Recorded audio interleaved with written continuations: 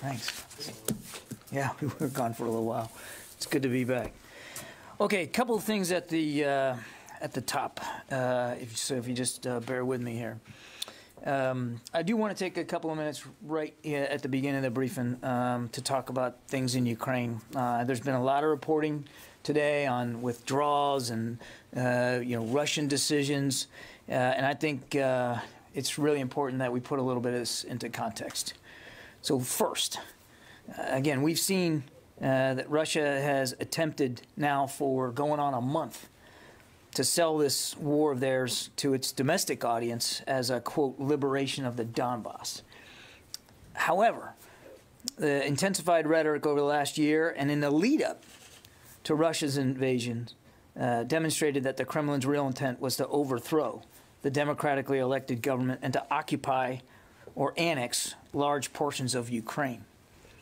The posture of Russian forces around Kiev, along much of the Black and the Azov Sea coasts, and in central and northeastern Ukraine indicates the geographic scale of this ambition. They've been attacking Ukraine, as we have been talking about now for several weeks, on multiple lines of axis. Russia's intent was to replace Ukrainian regional and national authorities and create so-called people's republics, as displayed recently in Kherson province. The rapid advance to Kiev in the initial days of the war showed very clearly for all of us that Kiev and the capital city was a key objective for the Russians. So we ought not be fooling, and nobody should be fooling ourselves, by the Kremlin's now recent claim that it will suddenly just reduce military attacks near Kiev, or any reports that it's going to withdraw all its forces. Has there been some movement by some Russian units away from Kiev in the last day or so? Yeah, we think so. Small numbers. But we believe that this is a repositioning, not a real withdrawal, and that we all should be prepared to watch for a major offensive against other areas of Ukraine.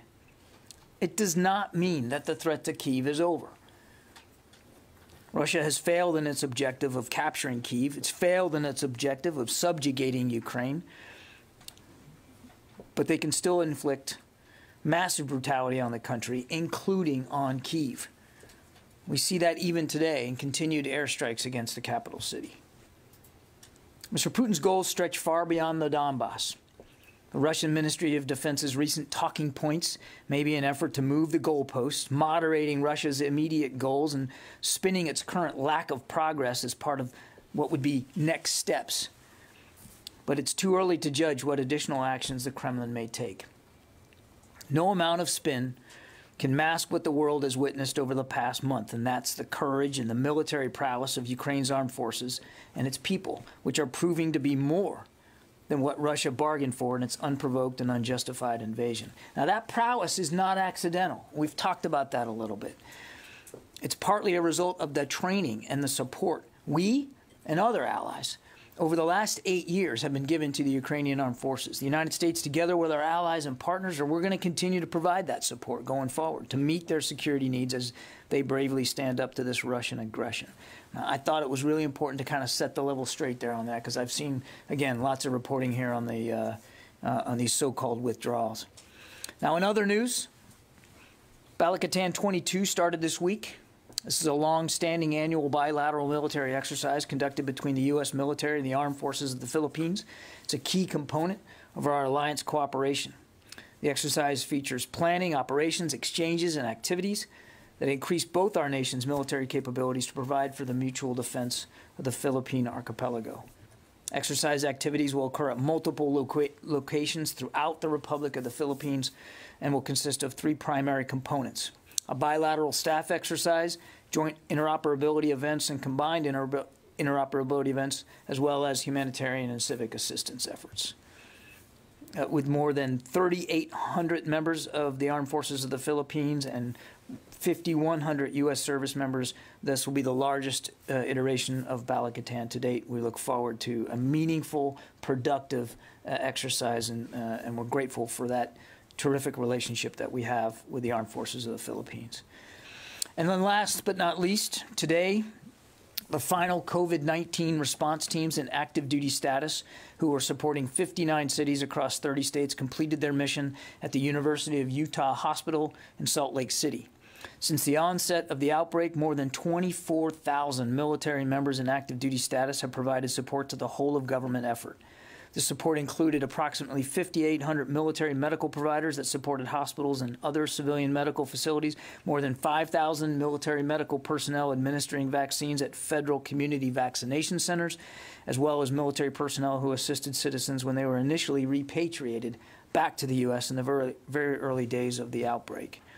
In January of this year, the department activated more than 1,000 service members in support of the president's direction to mobilize additional military medical personnel. And of those service members, DoD deployed nearly 700 who supported 25 hospitals in 14 states just from January to March. The rest of these military members were on standby throughout that time period, ready to deploy at the request of FEMA if they were required.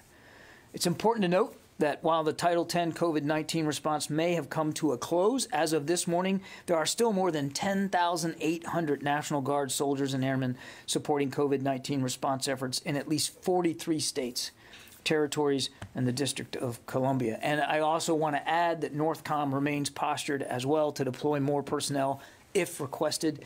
And of course, the Secretary wants to take this opportunity to pass on his personal gratitude and that of all senior leaders at the department for the extraordinary work that the men and women of this department have done throughout the pandemic, but certainly in just the last few months to work so hard in support of civilian medical practitioners. And with that, we'll take questions. Bob. Thank you, John. On Ukraine, when you say you are seeing small numbers of Russian troops moving, you say they're repositioning.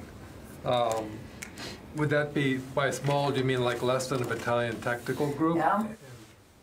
I would, this is very early on, Bob, so we don't have a number estimate, but it's certainly not a significant chunk of the multiple battalion tactical groups that Russia has arrayed against Kiev. So we can confirm that we've seen a small number start to reposition, but I'd really be reticent to get into an exact number or try to put a unit on it.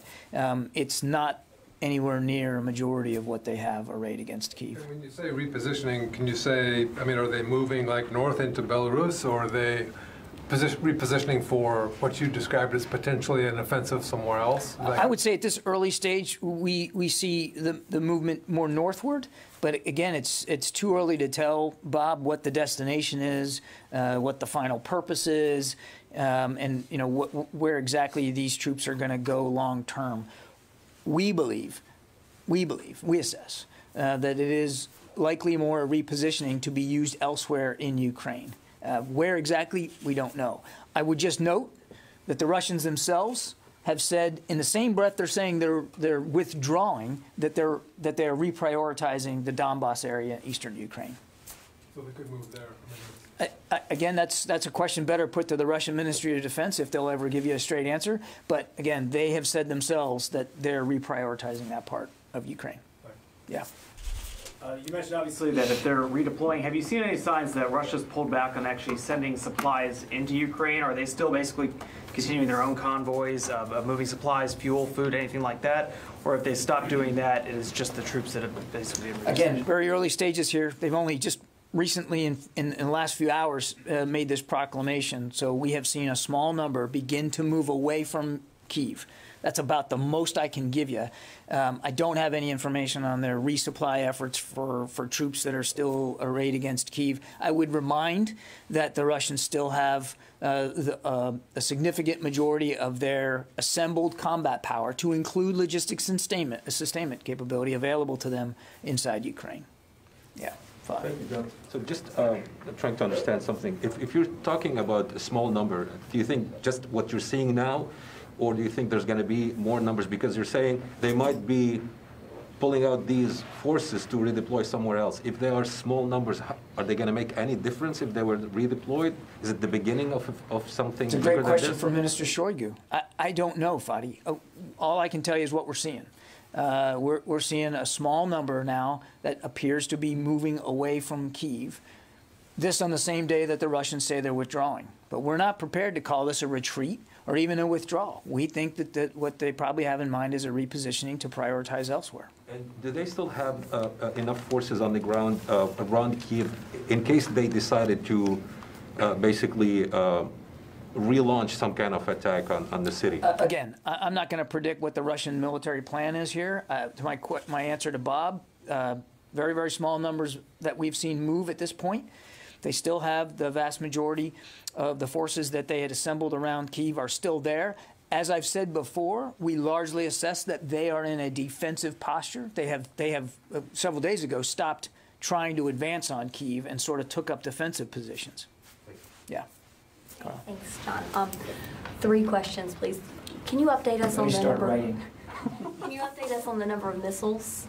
I'll just ask one more at a time if that's easier. That's actually much easier. Yeah. What's the number of missiles that Russia's launched into Ukraine at this point? I don't have an update on the missiles. You know, we know that they have since the beginning of this launched more than 1,000, but I don't have an exact number. Okay. Secondly, does the Pentagon still consider Russia a near-peer competitor? I think you can take away from what we talked about yesterday when we released the budget, and we talk about Russia as an acute threat, and that's how we're looking at Russia right now. But that's not the same as what you've been saying. You've been saying near-peer competitors, Russia and China, and now we're hearing acute threat. So has it changed in the Pentagon's view? We consider Russia as an acute threat based on certainly what we've been seeing happen over the last month. Okay, and then my last question is about Ukraine's peace proposal. It seems like they envision some sort of security guarantee, like Article 5 with NATO, with a country like Poland or Turkey or Canada. So my question is, does the Pentagon think that's feasible? Because these are NATO countries, and establishing some sort of collective defense with the NATO country would essentially bring in all of NATO with this. So does the Pentagon find a proposal like that feasible? I think we're not going to get ahead of where Ukraine and Russia are on their discussions. This has got to be a negotiation between Russia and Ukraine, and we're certainly not going to get in the middle of that or get ahead of where that is right now. I would just say a couple of things, Carla. One, Russia should negotiate in good faith. They have an opportunity here, an opportunity that they have missed many, many times over the last month to end this war and to do it responsibly and to negotiate in good faith. So we hope that they'll do that. But the war could end today if Mr. Putin did the right thing and actually did withdraw all his forces from Ukraine and respect Ukrainian sovereignty. And again, as for what that settlement looks like, that's really between Russia and Ukraine. We wouldn't dictate the terms, and we wouldn't want to get ahead of that process. Let me go back over here. David. As I understand military tactics, when you retreat, you leave forces in place to cover the retreat. So are the movements that you're seeing so far, are they consistent with what a retreat from Kiev would look like? And what would it take to convince the Pentagon that Russia had given up on its intent to seize Kiev? So too soon to tell on the first question, David. Again, this is only hours old here that the Russians made this announcement, and we've only seen very small numbers of troops actually just begin to move away from Kiev. So way too soon to make a judgment on, you know, covering forces and that kind of thing. I think what would it take for us to believe it? I think I'd go back to my answer to Carla. It would be to see them take all their forces out of Ukraine, move them out, get them back to home station, and negotiate in good faith. It's just too soon to know, based on what they've said today, what their real intent is here. That said, we believe, let me put it another way, that this is really more of a piece of repositioning. And again, we're basing some of that on the clear indications that they are reprioritizing in the Donbass. Yeah. I'm going to take another run at the acute threat, Russia being an acute threat. So does that change in language signal a change in Russia's priority level for the department? I mean, in your summary documents, it's listed right after China. Does it still occupy the same priority level, or has it gone up, or has it gone down with this new language? I mean, Russia and the threat posed by Russia has remained a priority here at the department. You know, if you're asking me to rack and stack it like a, you know, like a baseball card collection, I'm not going to do that. But clearly, we assess Russia to be an acute threat. We've been pretty clear about that. You don't have to look any further than what you've seen them do over the last 30 days to see that we're justified in labeling them such. And again, you said it yourself. It's pretty clear in the points that we've delivered since delivering the budget yesterday, and in our strategy that Russia remains a significant issue for the department. And if I could just follow up on the COVID Title X support and that ending, could you just talk about the conditions that led to that decision, the general conditions that led to the decision to end that? To end the support? I mean, we were doing this in support of FEMA and the interagency effort, so we took our guidance from the need out there by FEMA. Is there a reduction in? Yeah, I mean, there's just the conditions are better in the country, and the need for, remember what we were doing was taking the pressure off civilian practitioners so that they could do the treatment. So most of our medical personnel that were operating in hospitals were not really doing COVID treatment. They were taking the pressure off other burdens. That pressure was appreciated and welcomed, and it has been alleviated, and in concert with discussions with FEMA and civilian health practitioners. We all deemed collectively that now was the right time to pull back that support. But I want to state again, as I said in my opening statement, Northern Command stands ready in case there's more need. I mean, we can flex. We didn't even deploy, as I said, all the troops that we had put on readiness to do this mission. So we could flex up again if needed. I mean, this pandemic, as you well know, is a living thing, and it changes over time. So we're grateful for the ability, we're grateful for the chance that we had to contribute to this, and we'll stand by and stay ready. And again, at the risk of sounding redundant, I want to also point out the fact that you still have, you know, more than 10,000 National Guardsmen that are still at it. They're still at it in the States. Nancy. Thank you. I'd like to go back to the repositioning. Have you seen any territorial losses or newly contested areas around Kiev for Russia since it repositioned its forces? And also, have you seen any change in the amount or type of missile strikes Russia has launched on Kiev in the last few days that you feel would be tied to this repositioning or focused towards the Donbass? We have seen the Ukrainians push back around Kyiv, particularly in suburbs to the west of Kyiv, where the Ukrainians have retaken ground. I don't have a list of the towns, but we have seen them retake some territories to the west of Kyiv. And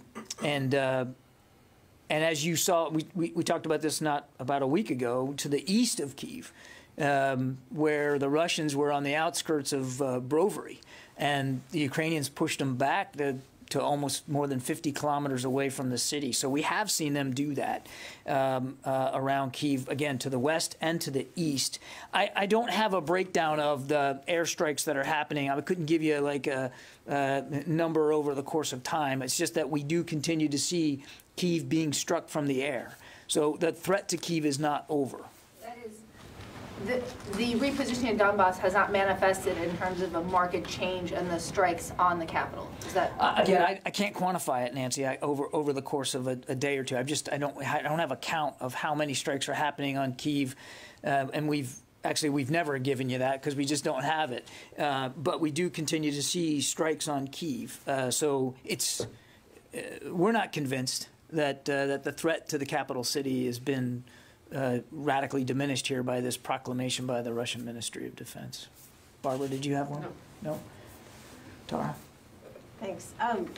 Could you give us a sense of if Russian forces are spread evenly throughout Ukraine, or how many battalion tactical groups they kind of concentrated against Kyiv versus the east, and how you've seen that shift? Yeah.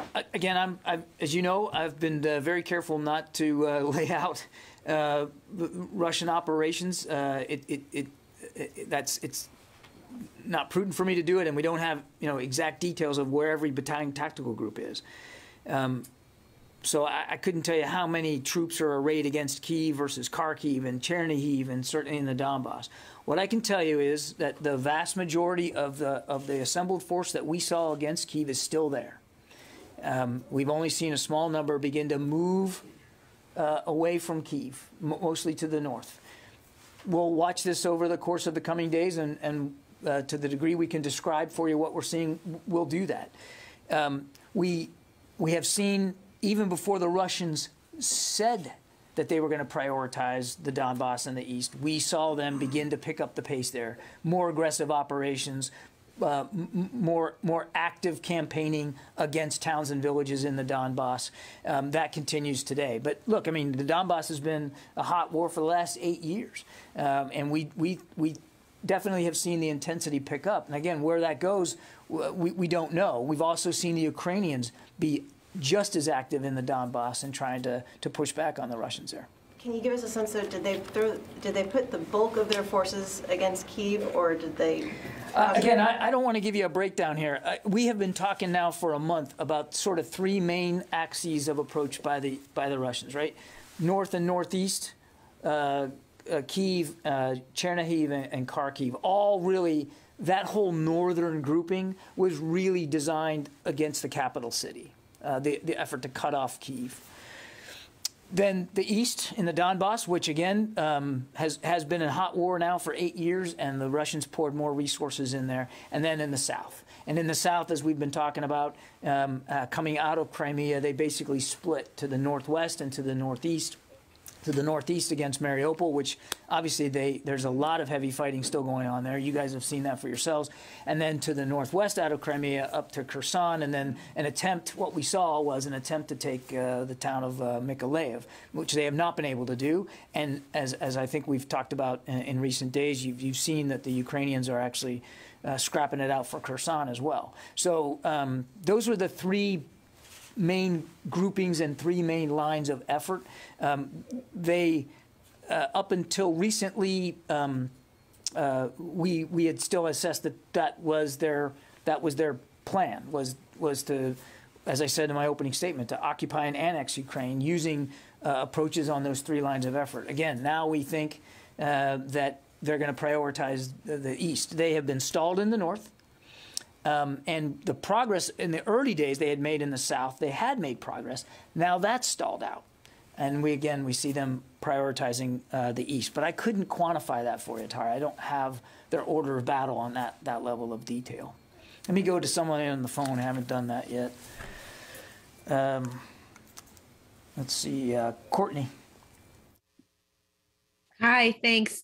Can you talk a little bit about the president's comments yesterday when he said that that U.S. troops, he seems that U.S. troops are training Ukrainian military inside Poland. What kind of training are they providing, and how long has that been going on? Yeah, Courtney, I think General Walters dealt with this pretty well at his hearing this morning in front of the Senate Armed Services Committee. There is, there's some liaising going on as the Ukrainians go into Poland, for instance, and they are we're transposing shipments of material to them, and so there's some general liaising going on in that regard, and that's what the president was referring to. Janie. Thank you, Don. Everybody finish Ukraine issues. Do you want me to stay on? Why don't I come back to you? You want to do that? No. That'd be fair? Yeah. We'll do that. Yeah, I promise I'll get back to you. Can I follow up on this question of Kiev? One more question. From a military perspective, does the Pentagon think that the Russian forces were basically defeated in their attempt to take Kiev, and this campaign? I said that. I said as much in my opening statement. They failed to take Kiev.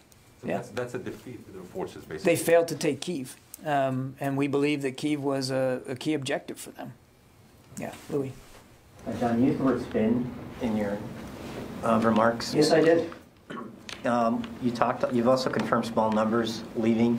Did you note those small numbers leaving before the Russians made public their proposal today, that that this was being done in good faith? So in other words, are the words following actions that you've already seen taking place in the last I couldn't give you a time hack, Louis, exactly whether it was exactly the moment that the Russians decided to announce it, roughly, same day kind of observation. But we're not taking anything they say at face value. I'm being as honest with you as I can. Small number, scene started to move. We're not prepared to buy the Russian argument that it's a withdrawal. Again, our assessment is that their intention is to reposition forces and bolster their efforts elsewhere. So the word spin is accurate to what you've been describing, what you just described then? I'm comfortable with the way I characterized it. Helene Cooper. Hey, thanks, Kirby. I want to take another whack at, because I feel like you're describing, it sounds like you are describing, it's been 5 weeks, almost 5 weeks now, and it sounds very much like you're describing a failed military campaign. Would you go that far, or is that too much? I mean, what we're seeing now, is this a failure is it a failed military campaign? I don't think we're prepared to slap a bumper sticker on this thing right now. I mean, there are still people dying. There's still bombs falling. There's still missiles flying. And there's still give and take on the battlefield. So I don't think we're ready to call it one way or another here. What I would tell you is, as I said in my opening statement, they failed to take Kiev, which we believe was a key objective. I mean, and again, you just have to look at what they tried to do in those early days to see that they wanted Kiev. They didn't get it. In the last few days, they hunkered down into defensive positions, basically stopped advancing. And now they're saying, and we're seeing small numbers move away. So we'll see where this goes.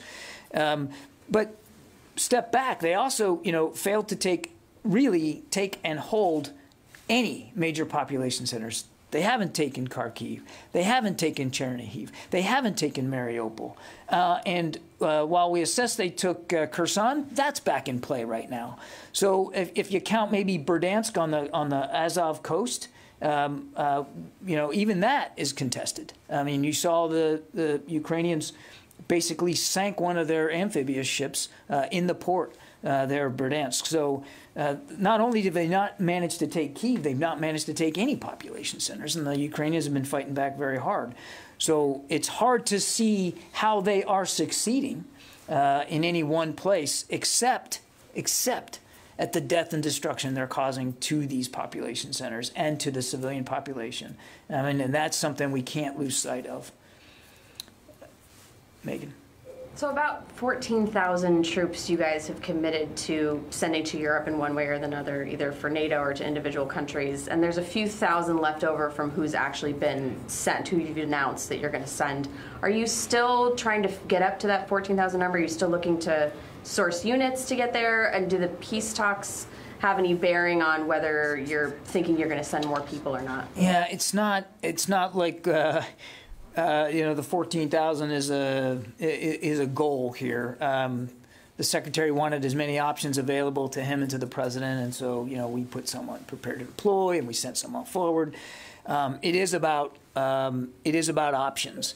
It's not about a number goal. It's about capabilities and making sure that we've got the right capabilities. So we're constantly reviewing that. And not that you asked this, but as a matter of fact, I can let you know that that you've all been tracking a Marine Corps exercise, Cold Response, up in Norway. So I can tell you that a command and control unit from Marine Air Control Group 28, which is based at Cherry Point, has now been repositioned to Lithuania. That's about 200 people.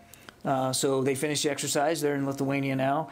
And about 10 Marine Corps F-18 Hornets from Beaufort, South Carolina, and a couple of Marine Corps C-130s are now going to be repositioned to Eastern Europe. I don't have an exact destination right now, but they're going to be repositioned, and that's another 200 personnel. So, I mean, we're trying to stay flexible here. Just yesterday we talked about some growlers coming out of Whidbey Island. It's not about a number goal. It's really about capabilities, and it's based on constant conversations with our NATO allies on the eastern flank. Are those Marines NATO response force committed, or are they just individual? Right now, these are individual decisions based on available capability that we had, and in talking to our NATO allies. I don't. As you probably saw on the NATO summit, I mean, they announced another 4 battle groups, and I think the nations are still filling those out. I think we're leading the one in Poland. Other nations, like France, I think, is leading Romania, so they're still filling some of these out. Yeah. Yeah. Okay, you've been patient. Yeah. We'll go. Thank you. Yeah. That's all floor. I have an application. Go ahead. I just be patient. I have an application about the North Korean's ICBM launch. When North Korea launched new ICBM last week, there is a report that the Pentagon refused the South Korea request to respond immediately to North Korea. Why did Pentagon, along with South Korea, refuse to fire an immediate response to? Why did we refuse to fire an immediate response to this? I mean, with the South Korea and United States, supposedly they joined fire training response to the North Korea, but the Pentagon refused to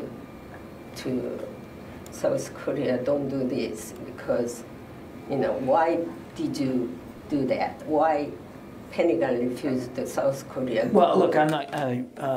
Here's the story that General Nakamura, U.S. Korea Forces, Combined Forces Commander, has conducted the Pentagon, but Pentagon refused to fire an immediate response to North Korea. That is a story that Okay, I haven't seen the story. I'm not sure what you mean by fire an immediate response. Yes. I'm not sure what that means. But look. So South Korean, they after launch the North Korean ICBM, South Korea started responding fire 111 minutes later. This is so late because it took so late to respond to. You mean the statement that we issued? Yes. Look, we respond with the time and the care that we believe is required based on these provocations. I mean, there's no ill intent towards our South Korean allies here. I mean, it's a sovereign nation. They are, and if they want to issue a response on their timeline, then we certainly respect that. We responded, I know we responded in a way that we felt was appropriate to our own initial analysis of the launch. Look, let's not get hung up on who's issuing a statement first or whether it's together or whether we say the right things. I mean, let's focus on the real issue here, which is security on the Korean Peninsula, and the fact that the alliance is still really strong, that fact that we constantly consult with our South Korean allies about readiness on the peninsula, and that we did make a statement. We did note it. And, oh, by the way, in recent weeks, we've actually changed the way we're doing ISR there in and around the peninsula because of recent provocations by the North. Okay, I have another one. Of course. There's U.S. and South Korea are analyzing North Korea ICBM as a Hwasong-15, but North Korea claims it is a Hwasong-17, 2 steps up. Do you know why this information is so different between North Korea and United States? I would just tell you that we assessed that launch was a probable ICBM, and we continue to analyze the test in close coordination with our allies and partners, to include the South Koreans. I don't have an update for you beyond that. Can I follow up on North Korea for just 1 second? Sure. So, I know you. The administration often has its constructed answers about the North Korean missile threat, and so I understand that fully. But beyond those constructed answers, is there anything you can tell us about your concerns about the most recent missile test, given the distance and altitude that the North Koreans achieved? Your concerns about the threat that kind of missile capability that they successfully achieved poses? And can you tell us anything about your latest assessment about potential activity at their underground nuclear test site? I'm not going to talk about intelligence assessments, Barbara. I think you know that. And we are still, as I said to Janie, we're still analyzing this last test. I'm not going to get ahead of that process. But we've been very clear about the threat that the North Korean ballistic missile program continues to pose to the region. And that includes their continued efforts to advance their nuclear program. But I'm not gonna speak about intelligence assessments. We remain concerned about the North Koreans, their attempt to continue to improve their nuclear capability as well as their ballistic missile capability. It's provocative. It poses a threat to security on the peninsula and to the region, to our allies and partners. So if you're asking me, are we concerned about it? Absolutely we are. Yeah. I hate to follow up one more time, but you just said concerned about their efforts to improve their nuclear capabilities. So because every time you test, you learn. Every time you test, you learn. Okay, but you said improve their nuclear capability. That's different than a missile. It is. So are you seeing them work right now? Are you saying you're seeing them work right now towards improving I'm not speaking to press reports that I've seen out there about potential future tests. But we know that this is a program that they want to improve. And so, of course, we're concerned about efforts to do that. Last week, Secretary Austin and South Korean Defense Secretary, so they have a telephone conversation. So do you know what particular talking about North Koreans missile launch or the further next month trying to nuclear test? Again, I'm not going to get into intelligence assessments about specifics on the North Korean program. We read that call out. I'm not going to go beyond that readout. Let me go to Idris from Reuters. Hey, John. Just following up on Courtney's question about the liaising with Ukrainian forces when the handover of weapons happens. Could you sort of define what liaising means? Is it sort of a pat on the back saying go get them, or is it more of a this is how you use these weapons? Could you sort of define that? Idris, I mean, it's just general.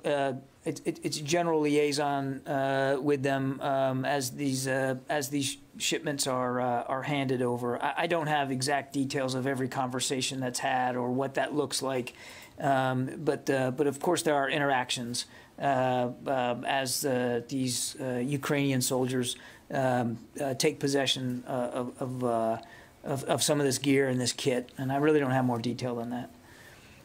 Alex Horton, Washington Post.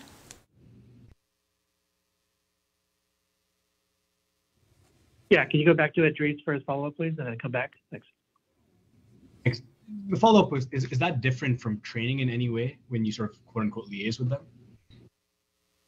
It's not training in the classic sense that that many people think of training. It's I would just say it's liaising.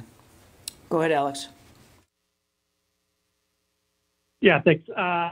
So I'm kind of curious about what some senior defense officials told us last week about indications that the Russians are being more aggressive in the east. Now that you're a very capable analyst, have looked at it more, I was wondering if you can give us more details on what those signs are in Donbass. And have you seen any kind of intensity pickup, within the last couple of days, specifically when it comes to their supposed movements around Kiev? Again, without getting into a blow-by-blow of Russian operations, it's not our war, it's their war. But I can tell you we have seen increased activity, offensive activity by Russian forces in the Donbass, going after more towns and villages, trying to that's one. Number two, and we've talked about this before, making an effort to come south out of a town called Izium, moving south and southeast to try to pin down Ukrainian armed forces that are in the Donbass. It's one of the reasons why we believe they are fighting for Mariupol, because we believe one goal of them could be to use Mariupol as a way to go north and to sort of close off the Donbass. And again, we have seen them, without getting into too much specifics here, we have seen them try to reinforce their footprint in the Donbass, and that's about as far as I'm going to go on that, Alex.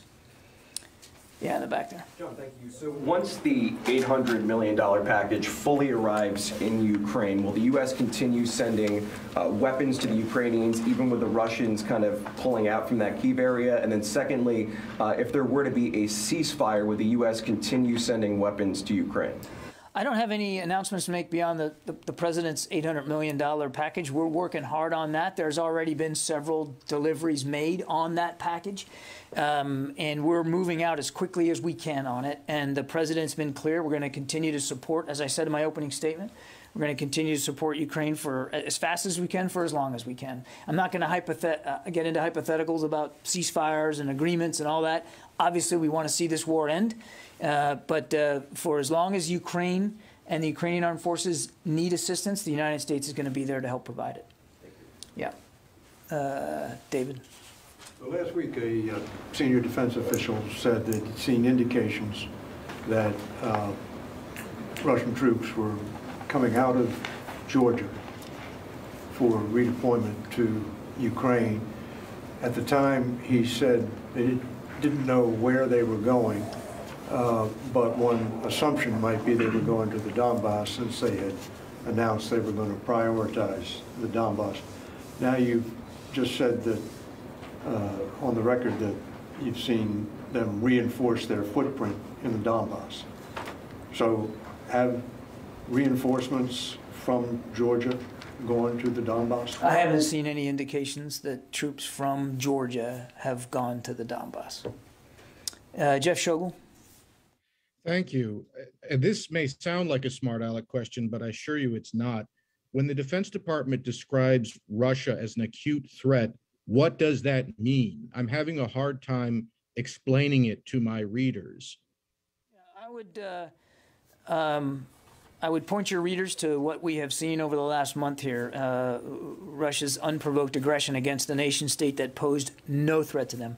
I would point your readers to Russian interference in elections, not just here in the United States, but into nations in Europe. I would point to Russian activities in Syria to prop up the Assad regime and to continue the bloodshed in that country. I could go on and on.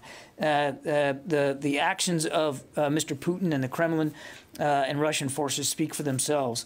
And it would have been irresponsible for us not to address the Russia problem and the Russia threat in our national defense strategy, or even as we rolled out the budget and talked about some of the capabilities that we want to procure and maintain to deal with that acute threat. I'll take one more. Yep. I guess we're good. Go ahead. So following along with what David was asking, British intelligence has said Russia's Wagner Group is deployed to eastern Ukraine, is expected to send over 1,000 mercenaries for combat operations.